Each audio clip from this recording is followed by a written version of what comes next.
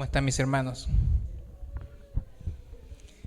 Es un honor para mí estar aquí en esta plataforma, en este púlpito, teniendo el privilegio, ¿no es cierto?, de compartir con ustedes la palabra de Dios. No estoy aquí desde enero, más o menos, fue la última vez que me tocó predicar. Y la verdad es que con el equipo pastoral, el pastor, hermano Clemente, hemos venido pensando en cuál es el camino que deberíamos seguir, ¿no es cierto?, como iglesia, y qué es lo que deberíamos hacer este año, de qué manera deberíamos impactar nuestras vidas y las vidas de los otros. Y hoy día les voy a hablar de eso, ¿no es cierto? Les voy a hablar del método de Cristo. Antes sí me gustaría pedirle al equipo multimedia, no sé, Aníbal parece, ¿puedes traducir? Sí, ok, ya. Que está Jennifer ahí que no entiende español. Le voy a pedir que eso sí, antes de comenzar esta predicación, inclinemos el rostro para orar. Padre, Señor que está en el cielo, santificado sea su nombre. Señor, le damos gracias por este día, le damos gracias porque usted nos acompaña y está siempre con nosotros, Padre. Padre, Señor,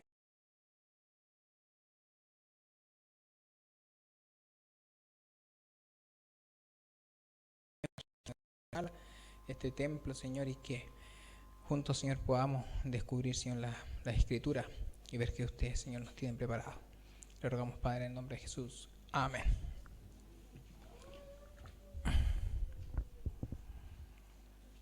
El método de Cristo, como ustedes pueden ahí ver, es un método muy antiguo, ¿no es cierto? Desde hace 2000 años lo estableció el mismísimo Cristo. Y discúlpenme que vea acá mi teléfono, pero acá tengo mis apuntes.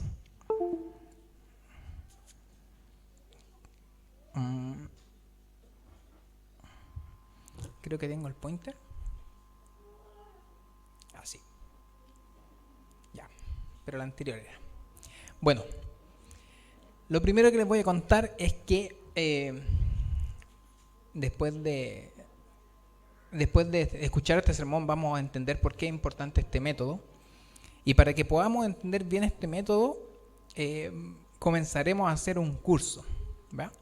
Vamos a hacer un curso bíblico que cuenta de 8 lecciones, todos los martes en la tarde a las 7:30, acá en la iglesia. El curso se va a tratar acerca del método de Cristo. Y la predicación que tengo hoy en día es para animarlos a que sigan el método de Cristo y para animarlos también para que asistan a este curso bíblico, ¿ya? El curso bíblico va a ser dictado por distintas personas, entre esas personas el pastor, el hermano Clemente, yo, entre otros el hermano Pedro, entre otras personas, ¿ya? Pero ahora sí, vamos a la predicación.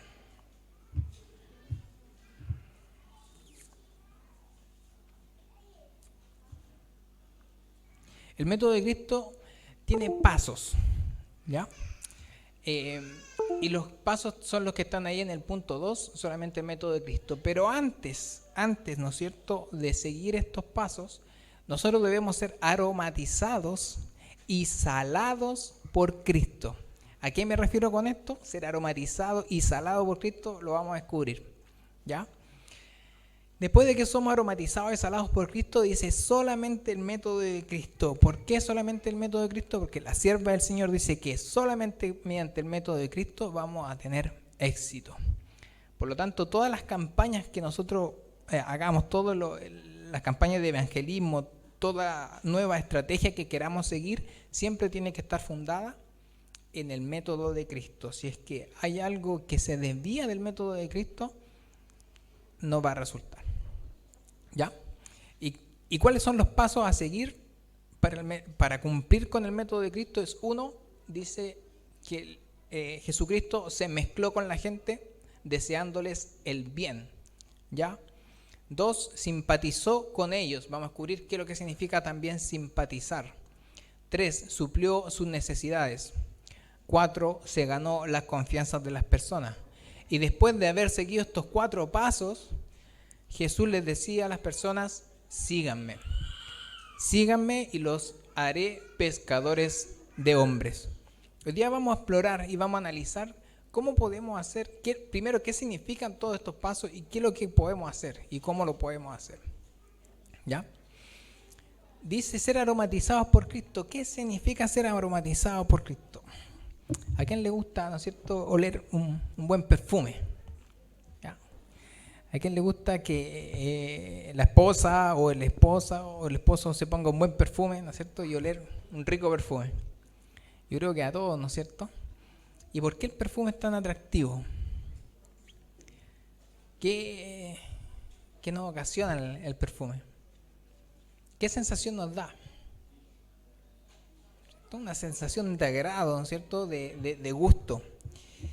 Y mire lo que dice la Biblia con respecto a eso. 2 Corintios 2:14 dice así: gracias a Dios que siempre nos lleva en el desfile victorioso de Cristo y que por medio de nosotros da a conocer su mensaje, el cual se esparce por todas partes como un aroma agradable. ¿Cómo es el mensaje de Cristo?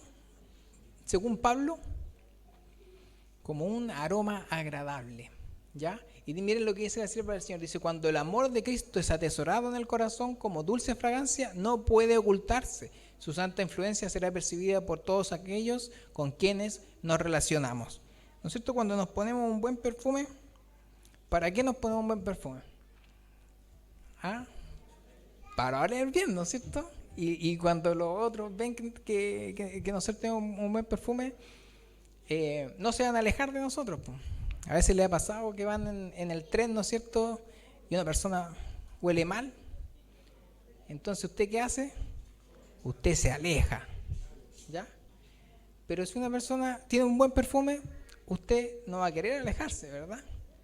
Usted no va a tener problema en quedarse ahí al lado de esa persona. Bueno, es lo mismo lo que ocasiona la palabra de Dios y el amor de Cristo en nosotros. Es como un perfume, ¿ya? Dice: sin una fe viva en Cristo como Salvador personal, nos es imposible ejercer la influencia eficaz sobre un mundo escéptico. Necesitamos la influencia viva. Segundo, yo le dije, tenemos que ser aromatizados y tenemos que ser salados por Cristo. ¿Por qué salado? Usted conoce la Escritura, ¿no es cierto? Mateo 5:13 dice así: ustedes son la sal de la tierra, ¿no es cierto? Jesucristo le dijo a los discípulos: ustedes son la sal de la tierra. ¿Y a qué es lo que se refería con eso? Bueno, la sal tiene muchos usos. Yo busqué por ahí por internet y encontré que la sal tenía 14.000 usos. 14.000 usos. Bueno, aquí vamos a explorar algunos nomás. Pero una de las primeras cosas con respecto a la sal produce sed, ¿sí o no? Ustedes saben que la industria alimentaria, el McDonald's, el KFC, donde ustedes no van, ¿no es cierto? Dice que aumenta la cantidad de sal en las comidas para que el cliente tenga deseo de consumir una bebida, ¿ya? El problema es que te ofrecen gaseosa y la gaseosa no te quita la sed. Así que sigues comprando sin saciar tu sed. Pero la sal produce sed. ¿Y qué relación espiritual tiene eso? Que cuando nosotros somos la sal del mundo, nosotros deberíamos producir al cual le estamos compartiendo la sal, deberíamos producirle sed por el agua viva de Cristo. Si nosotros con nuestro amor cristiano no estamos generando ese efecto de que los demás quieran conocer esa agua viva, hay algo mal en nuestra sal, porque nuestra sal no está generando sed y la sal genera sed, ¿ya? Segundo, la sal realza el sabor de los alimentos, ¿no es cierto? A mí siempre me queda el arroz sin sal, no sé por qué. Me cuesta encontrarle el toque, pero siempre me queda sin sal. Y mi familia me dice: oh, no nos vamos a comer este arroz, está asqueroso. Y eso pasa, ¿no es cierto?, cuando no tenemos sal puesta en nuestra comida. El sabor cambia mucho, ¿no es cierto? Entonces, ¿qué es lo que significa espiritualmente esto? Significa que nosotros somos los encargados de darle ese sazón, ese sabor a las personas donde nos rodeamos, ¿ya? Significa eso que nosotros también tenemos una responsabilidad de mostrarle simpatía, de mostrarle estar contentos, de mostrarle estar alegre, ¿ya? Si los demás que nos rodean nos ven siempre amargados, siempre deprimidos, con malas caras, ¿van a pensar que nosotros tenemos sabor de la sal? No, ¿ya? Entonces necesitamos ser ese sazón, como la sal es el sazón para los alimentos, nosotros necesitamos ser el sazón para las personas, ¿ya? ¿Qué dice también el apóstol Pablo con respecto a la sal? Mire, yo me llevé una sorpresa acá. Dice, el apóstol Pablo dice, sean vuestras palabras siempre con gracia, sazonada con sal, para que sepáis cómo debéis responder a cada uno. Interesante. O sea, sus palabras tienen que ser con gracia, elegantes, sazonadas con sal. ¿Qué se refiere a esto? No llegar y lanzar una palabra. Ser inteligente en lo que vamos a decir, ¿ya? Y la sierva del Señor, ¿no es cierto?, en el deseado de toda la gente, habla con respecto a esto y lo profundiza un poco más. Dice, cultivad la costumbre de hablar bien de los otros, espaciaos en las buenas cualidades de aquellos con quienes os asociáis. Lo voy a leer acá mejor porque acá está muy chico ahí. ¿Ustedes lo alcanzan a ver? Dice, paseaos en las buenas cualidades de aquellos con quienes os asociáis. Notad tampoco como sea posible sus errores y faltas. No podemos vivir de la hojarasca de los defectos y faltas de los demás. El mismo acto de buscar el mal en los demás desarrolla mal en los que lo buscan. ¿Ya? Es clara la hermana Guay, ¿no es cierto?, con respecto a nuestras palabras. No pronunciemos palabras malas de nuestros hermanos. La sal dice que la sal nuestras palabras tienen que ser sazonadas con sal, dice el apóstol Pablo. Y la hermana Guay dice que nosotros no tenemos que andar buscando el error en el otro hermano. ¿Dónde está el que se equivocó? ¿En qué parte lo hizo mal? No, dice que lo que menos tenemos que hacer, dice que fijarlo lo menos posible, tan poco como sea posible, en los errores de nuestro hermano. ¿Ya? Sal. Todo eso tiene que ver con sal. ¿Qué más es la sal? La sal derrite el hielo. Ustedes conocen eso, ¿no es cierto? Si ustedes tienen un camino escarpado, ¿no es cierto?, con nieve o con escarcha, ¿no es cierto?, con una capa de nieve, qué sé yo, ustedes van, simplemente le echan sal y el camino a los 10, 20 minutos quizás ya va a estar libre de hielo y va a estar libre de nieve. ¿Ya? ¿Por qué se produce eso? Por un efecto químico, ¿no es cierto?, una interacción química, pero la sal derrite el hielo. ¿Y qué consecuencia espiritual tiene eso? Dice de que nosotros nos vamos a acercar a las personas. Dice, nos acercaremos a ellos, a las personas, hasta que su corazón sea enternecido por nuestro amor y por nuestra simpatía desinteresada. De los creyentes sinceros mana una energía vital y penetrante que infunde un nuevo poder moral a las almas por las cuales ellos trabajan. ¿No es cierto? Esta nueva energía, este poder vitalizante, ¿no es cierto?, solamente viene mediante la comunión con Jesucristo. ¿Ya? Y así como la sal derrite el hielo, si nosotros somos sal para este mundo, en las partes donde veamos que está fría la iglesia, en algún sector, le falta esto otro, nosotros tenemos que ser ese calor, ¿no es cierto? Nosotros tenemos que ser esa sal que derrita ese hielo. Si en algún momento encontró que en alguna situación la iglesia fue tibia o fue fría, bueno, usted también puede ser la sal que derrita ese hielo. ¿Ya? Y lo último, la sal estabiliza el suelo. Aquí les voy a hablar un poco de lo que hago yo. Yo soy ingeniero de suelos y cuando empecé a estudiar este tema con respecto a la sal, dije, bueno, ¿por qué no hablar de lo que yo conozco sobre la sal en la tierra, en los suelos? Ya, bueno, en Iquique, donde es mi hermano Clemente, hay un problema de salinidad de suelo, y particularmente en Alto Hospicio. ¿Qué pasa en Alto Hospicio? Que los suelos son salinos, están llenos de sal. Y en Iquique, en Alto Hospicio, no llueve nunca, casi nunca. Pero a veces cuando llueve, ¿ya? Y esa lluvia que cae, no sé, 20 milímetros de agua, 30 milímetros de agua, ¿qué es lo que provoca? Provoca que la sal en el suelo se disperse, se vaya. ¿Y qué pasa cuando la sal que estaba en el suelo ya no está? Genera vacíos, genera poros. Y esos poros después colapsan. ¿Y qué es lo que pasa con las casas, con las estructuras? Terminan fisurándose, ¿no es cierto? Las fundaciones se asientan, las paredes se empiezan con crack por ese problema de la sal. Entonces, ¿cuál es la lección espiritual para nosotros? Que, bueno, mientras la sal está ahí, no hay ningún problema. Está dando el soporte, ¿no es cierto? Nosotros somos la sal, somos los cristianos. Si nos vamos de un lugar, ese lugar a lo mejor se va a desestabilizar. ¿Ya? Bueno, una vez que somos aromatizados y salados por Cristo, quiero que pongamos atención, mucha atención con respecto a esta cita en particular. Y es lo que vamos a estudiar durante este curso. Dice, solo el método de Cristo será el que dará éxito para llegar a la gente. Solo el método de Cristo. ¿Cuál es el método de Cristo? Aquí está. Pongan mucha atención con esto. Dice, el Salvador trataba con los hombres como quien deseaba hacerles el bien. Les mostraba simpatía, atendía a sus necesidades y se ganaba su confianza. Entonces, solo entonces les decía, seguidme. ¿Ya? Entonces, le pregunta para usted, hermano, ¿iba Jesús donde las personas y les decía, ya, ven, sígueme nomás? No. Había siempre una cercanía previa. ¿Ya? En los casos que Jesús llamó a sus discípulos así y les dijo, sígueme, habían acercamientos previos con Jesús. ¿Ya? La Biblia no relata todo eso, pero sí lo relata el libro El Deseado de toda la gente.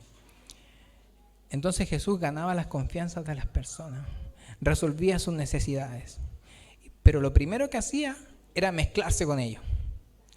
¿De qué manera podemos nosotros utilizar el método de Cristo con las personas que no conocen a Cristo si no nos mezclamos con ellos? Si siempre vivimos en una esfera aparte, si vivimos en una sociedad completamente apartada de todo lo que es las personas que no conocen a Dios.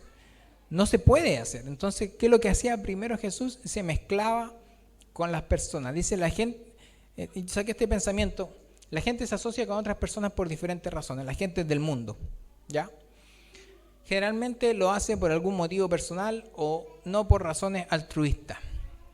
Y muchas veces escuchamos esta respuesta cuando queremos verdaderamente acercarnos a alguien, escuchamos preguntas como esta, pero ¿por qué me está llamando? ¿Cuál es su interés?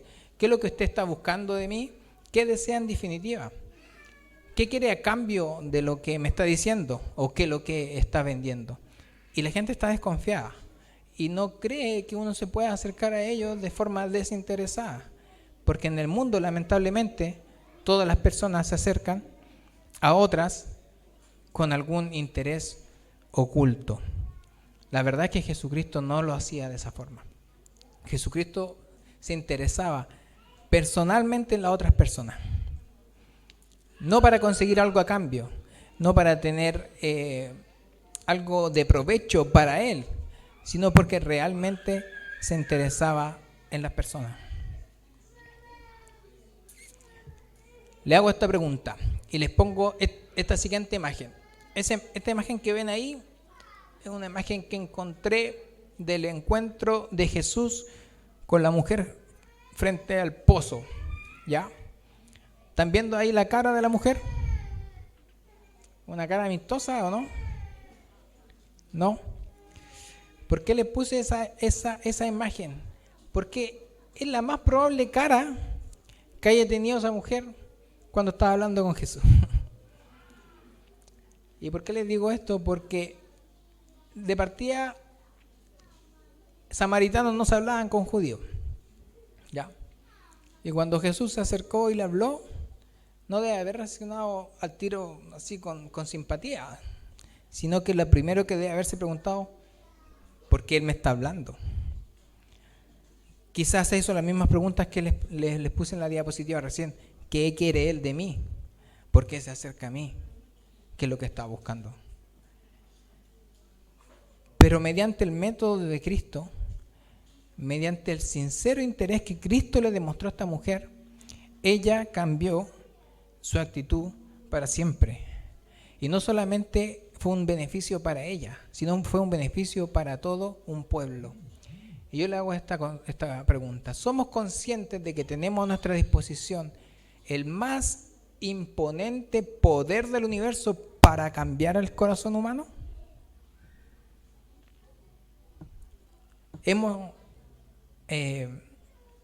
Nos hemos dado cuenta de cuán poderoso es el método de Cristo para cambiar el corazón de las personas.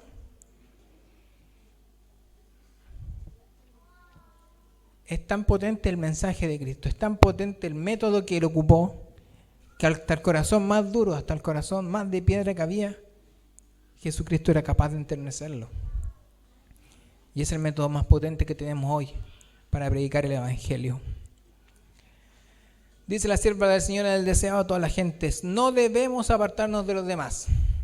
Rara vez nos buscarán por su propia iniciativa. El poder social, santificado por la gracia de Cristo, debe ser aprovechado para ganar almas para el Salvador. Tú estás esperando que tu vecino te hable a ti. Estás esperando que tu compañero de trabajo se acerque a ti y te pregunte algo de tu vida. Déjame decirte que estás perdiendo el tiempo. Muy rara vez la gente del mundo se va a acercar a ti para preguntarte a ti por algo. Somos nosotros los que necesitamos hacer ese trabajo. El poder social dice que tiene que estar en nuestro día a día, un poder social que sea santificado. Mediante ese acercamiento que tú puedes dar a las personas, más la ayuda de Dios y el Espíritu Santo y el poder santificador del Espíritu Santo, dice que es el método que debe ser aprovechado para ganar almas para el Salvador. Mostrar simpatía. La segunda parte del método de Cristo era, primero era mezclarse con las personas, acercarse a las personas. Segundo, mostrar simpatía. Y existen dos términos que están relacionados con la palabra simpatía. Tres términos. Uno es empatía, compasión y consuelo. Ya, déjenme leerle acá.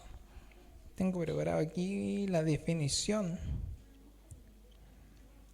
de simpatía. De empatía. Empatía, dice, viene del griego empatheia, término que se compone de en y pathos, sentir profundamente. En otras palabras, significa ponernos nosotros mismos en el lugar de la otra persona para comprender sus sentimientos. Y compasión viene del término latino compati, que a su vez está formado por com, juntos, y pati, sufrir. O sea, esta palabra significa literalmente sufrir juntos. ¿Ya? Empatía entonces es ponerse en el lugar del otro, y compasión es sufrir junto a la otra persona. Literalmente sufrir junto a la otra persona. Dice, la palabra compasión está ligada íntimamente al ministerio de Jesús. Sabemos que Él es el Señor de la compasión, pues cuando vio al leproso, sintió compasión, ¿no es cierto?, de él. Cuando observó a la viuda de Naín haciendo duelo por su único hijo, tuvo compasión de ella. Se encontró de las muchedumbres asoladas y sin esperanza, y nuevamente sintió compasión de la muchedumbre. La religión de Cristo no era simplemente de la mente, sino también del corazón. Debemos acercarnos a los hombres individualmente con la simpatía de Cristo, aun cuando la lógica no pueda conmover y los argumentos puedan resultar inútiles para convencer. El amor de Cristo revelado en el ministerio personal puede ablandar al corazón, un corazón pétreo, en palabras de vida del gran maestro. ¿Qué significa esto, mi hermano? Yo les voy a contar una historia de mi mamá. Mi mamá, para muchas personas, ella, si ustedes la ven por primera vez, van a pensar que es una persona dura, ¿ya? Una persona de pocos amigos, porque de repente esa es la expresión que mi mamá tiene en su rostro. Pero mi mamá realmente no es así. Y ella nos enseñó desde chico una cosa que nunca me he olvidado y me voy a olvidar. Ella nos enseñó la compasión por los demás. A veces nosotros llegábamos de la iglesia nos quedábamos un tiempito más en la iglesia, con los jóvenes, qué sé yo. Pero cuando llegábamos a casa, estaba el borrachito de las calles en nuestra mesa, comiendo. O cualquier persona, un NN, una persona que nosotros no conocíamos, mi mamá la invitaba. Un día estábamos en la mesa y llegó un familiar mío, un primo mío. Yo a algunas personas le he contado esta historia. Mi primo Víctor. Lamentablemente falleció mi primo. Cuando llegó a nuestra casa, nosotros no teníamos ideas que él iba a llegar. Y nos dijo: vengo del sur, no tengo a dónde ir, quiero estudiar. Era un muchacho joven, 20 y algo años. No he tenido la oportunidad de estudiar nunca, quiero estudiar. Y no tenía a nadie más que a nosotros, ese muchacho, en esa oportunidad. Bueno, lo que hizo mi mamá fue obviamente abrir las puertas de nuestra casa, permitirle vivir con nosotros, darle comida, darle todo lo que necesitaba, hasta que le encontrara un trabajo y pudiera trabajar y estudiar. Y así lo hizo. Víctor empezó a trabajar, empezó a estudiar. Y llegó al momento que siempre llega, ¿no es cierto?, que las personas ya están bien y dicen: muchas gracias por todo, pero ahora yo ya puedo vivir solo, ¿no es cierto? Y Víctor se fue a seguir estudiando. Bueno, en la vida de Víctor pasaron muchas cosas. Finalmente terminó viviendo en el norte, en Calama. No pudo terminar lo que primero empezó a estudiar por un problema de que la carrera que él estaba estudiando realmente no existía. Era una oferta falsa de la universidad donde él estaba, porque realmente esa carrera no era reconocida, entonces no le sirvió de nada ese estudio. Se fue al norte, ahí estudió topografía. Y cuando llegó al norte, yo le dije: Víctor, no conoce a nadie en el norte, pero en el norte está mi papá. Y me dijo: bueno, vamos a intentar llegar a donde tu papá. Así que llamé a mi papá, le dije: mira, vamos muchacho. Mi papá también le abrió las puertas de su casa. En el norte Víctor estudió topografía y sí pudo terminar su carrera. Estudió, y él siempre me hablaba muy bien de mi papá. Me decía: gracias a tu papá yo pude estudiar, gracias a tu papá yo pude terminar una carrera. Bueno, finalmente mi primo enfermó con un cáncer bastante agresivo, un cáncer de hueso en la rodilla, que más tarde le fue al pulmón. Y necesitaba ir a Santiago a hacerse las terapias. Y yo en ese tiempo estaba viviendo en Santiago. Y Víctor me dice: tengo que ir a Santiago a hacerme las terapias. Y bueno, yo hice lo mismo, ¿no es cierto?, que hicieron mis papás, mi mamá y mi papá con él. Abrí las puertas de mi casa. Avanzó mucho su enfermedad, tuvo mucha cirugía. En una ocasión me dice: primo, necesito donantes de sangre. Y era difícil para él encontrar donantes de sangre porque no conocía a nadie allá. Él era del sur, conocía a pocas personas en Santiago, y las personas que conocía, no mucho, estaban interesados, ¿no es cierto?, en ir a donar sangre. Necesitaba 16 personas y había conseguido 2. Y le dije: Víctor, yo voy a ir, le dije, todas las veces que pueda. Y la vez que llego al laboratorio me dicen: mira, podemos hacer una cosa, puedes donar plaquetas. Si tú donas plaquetas, cuenta por 4 donantes de sangre. Entonces dije: ok, donemos plaquetas. No sabía cómo era la donación de plaquetas.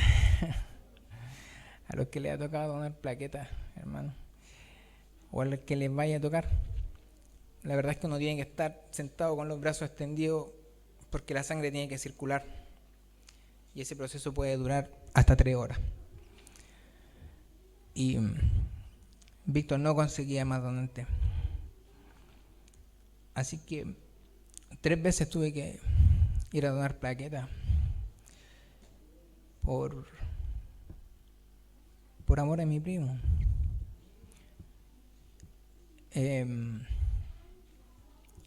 Víctor era una persona muy dura y pocas veces hablaba de él. Y pocas veces me dejaba, ¿cierto?, compartirle de forma libre la palabra de Dios, pero sí lo hice muchas veces. Él no respondía de forma muy positiva, pero una vez me hizo un comentario que me caló hondo. Y me dice, conocí a otro primo que vive también acá en Santiago. Su nombre es Natanael, me dice. Ah, Natanael, digo yo, ¿y dónde lo conoce? No, es un primo que es del sur, pero también está viviendo en Santiago acá. Yo le dice, sí, ¿cómo es? Me dice, él me dice, es una persona buena, me dice, es como tú. Y eso me caló hondo en el corazón. Le dije, Víctor, le dije, yo no soy bueno. Yo entrego lo que tengo. Tengo a Cristo para entregarte y amor. El año pasado mi primo, yo estaba en la playa y me llaman por teléfono y me dicen que mi primo falleció. Y la verdad es que siempre me quedé preguntando si en algún momento habría aceptado a Jesucristo en su corazón también. Es algo que hasta el día de hoy me pregunto. Pero bueno, solo el Señor tiene esa respuesta. Atender sus necesidades. Dice que Jesús no solamente sentía compasión y simpatía, sino que también atendía las necesidades de las personas. Estaba completamente al tanto de las necesidades básicas y apremiantes del ser humano cuando se mezclaba con la gente. Y aquí, hermanos, tenemos que ser conscientes de algo. Cuando decimos atender sus necesidades, tenemos que saber cuál es la necesidad del hermano. No querer ayudarlo como nosotros queremos ayudarlo. Tenemos que darle el tiempo de escuchar al hermano qué es lo que realmente necesita. Quizás necesita apoyo moral, espiritual.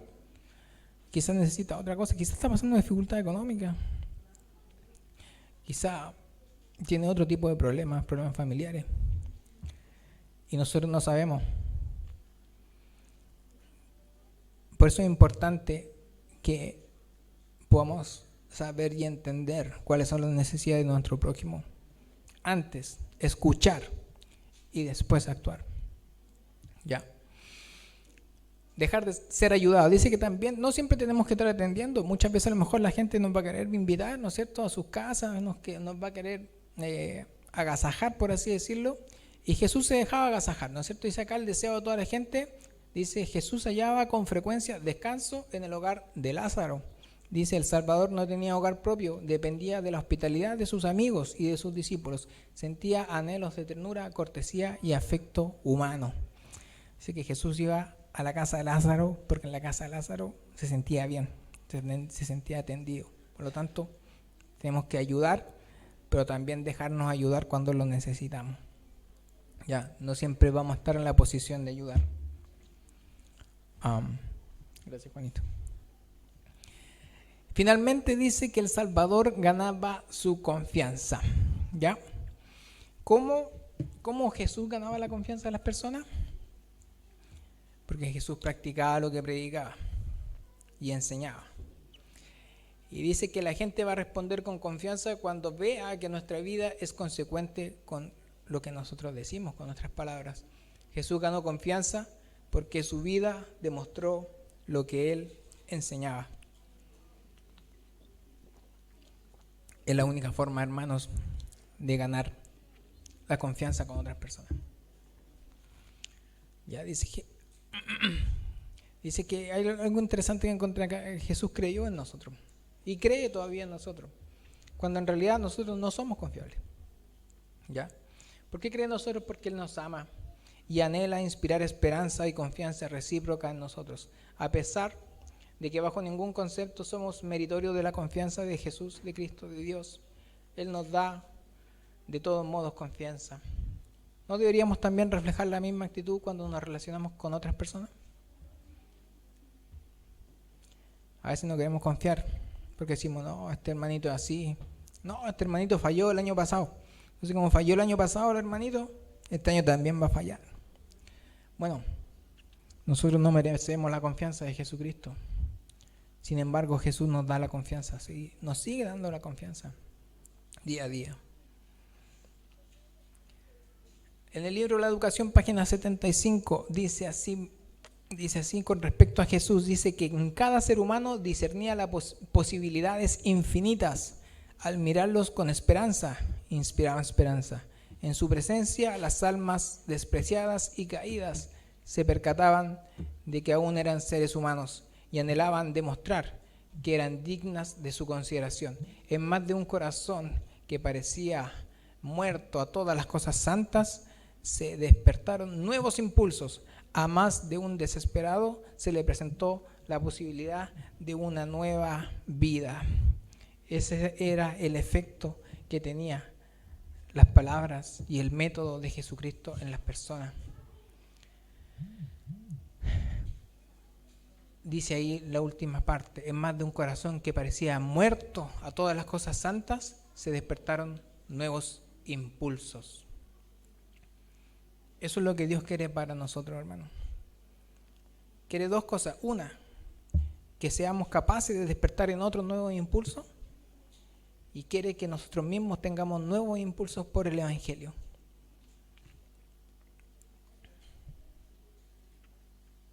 Finalmente, dice el método que los invitaba a seguirlos. Y si dice acá el texto, si hemos logrado implementar los peldaños del método de Cristo, ellos sentirán el deseo de aumentar su conocimiento de Él y agradarlo en todo. Cuando nosotros seguimos los pasos del método de Cristo, las personas solas van a querer saber más de Cristo y van a querer conocerlo más. El ministerio de curación dice así: como testigos de Cristo debemos decir lo que sabemos, lo que nosotros mismos hemos visto, oído y palpado. Si hemos estado siguiendo a Jesús paso a paso, tendremos algo oportuno que decir acerca de la manera como Él nos ha conducido. Este es el testimonio que nuestro Señor pide y por falta del cual el mundo perece. Malaguay dice que tenemos que compartir nuestro testimonio personal con los demás. Cuando invitemos a una persona a seguir a Cristo, no lo invitemos así nomás. Compartamos nuestro testimonio personal con Él. Contémosles qué es lo que nosotros hemos visto, qué es lo que nosotros hemos oído, por qué nosotros somos cristianos, por qué venimos a la iglesia, qué es lo que ha pasado en nuestras vidas. Esa es la manera de invitar a los demás a seguir a Cristo. Y con esto ya estoy terminando, dice esta cita tremenda, ¿no es cierto?, del ministerio de curación. Cada verdadero discípulo nace en el reino de Dios como un misionero. Apenas llega a conocer al Salvador, desea hacerlo conocer a los otros. La verdad salvadora y santificadora no puede quedar encerrada en su corazón. Malaguay dice que cada discípulo nace en el reino de Dios como una persona que va a ser misionero. Por lo tanto, esta misión es para todos. El método de Cristo lo tenemos que aplicar cada uno en nuestras vidas, con nuestros vecinos, con nuestros familiares, con nuestros amigos, ¿ya? No esperemos que esto sea algo que tenga que aplicar el pastor o que tenga que aplicar el anciano, o no, que lo tienen que aplicar a los diáconos, porque a los diáconos les corresponde, ¿no es cierto?, visitar a los enfermos, qué sé yo. O lo tienen que aplicar a cierto grupo de personas, qué sé yo, las diaconisas. No, esta es una misión que se le ha encomendado a cada verdadero discípulo. Cada verdadero discípulo tiene que ser un misionero. Y terminando, ¿no es cierto?, con el versículo que leyó el hermano Salomón, dice: Cada uno, según el don que ha recibido, ministrelo a los otros, como buenos administradores de la multiforme gracia de Dios. Lo que hemos recibido, según lo que cada uno ha recibido, compártalo. No busques ser como otro, no busques ser la sombra de algún predicador, no busques ser la sombra de este pastor, no busques ser la sombra de este hermanito, porque este hermanito es bueno. Cada uno de nosotros, según el don que usted ha recibido, el don personal que Dios le ha dado a usted personalmente, compártalo con otros, como administrador de la multiforme gracia de Dios. Quiero terminar esta prédica así. Este martes, lección número 1. Todos involucrados en la misión. Veo hartas personas aquí, ustedes ya saben, ¿no es cierto? Me gustaría ver hartas personas también el día martes, 7:30 de la tarde, todos involucrados en la misión. Necesitamos, hermanos, que todos trabajemos, necesitamos todos remar, ¿no es cierto?, en el mismo barco para el mismo lado, y tenemos que estar todos involucrados en la misión. Esta es la lección número 1, son 8 lecciones, 8 martes con 8 lecciones. Así que, hermanos, los invito a que podamos hacernos un tiempo, aprender acerca del método de Cristo, ponerlo en práctica con nuestros hermanos, con nuestros amigos y nuestros vecinos. Y créame, y lo dice la sierva del Señor, en el lugar donde hay un bautismo, debieran haber 100, si seguimos con el método que Cristo estableció. Muchas gracias, hermano.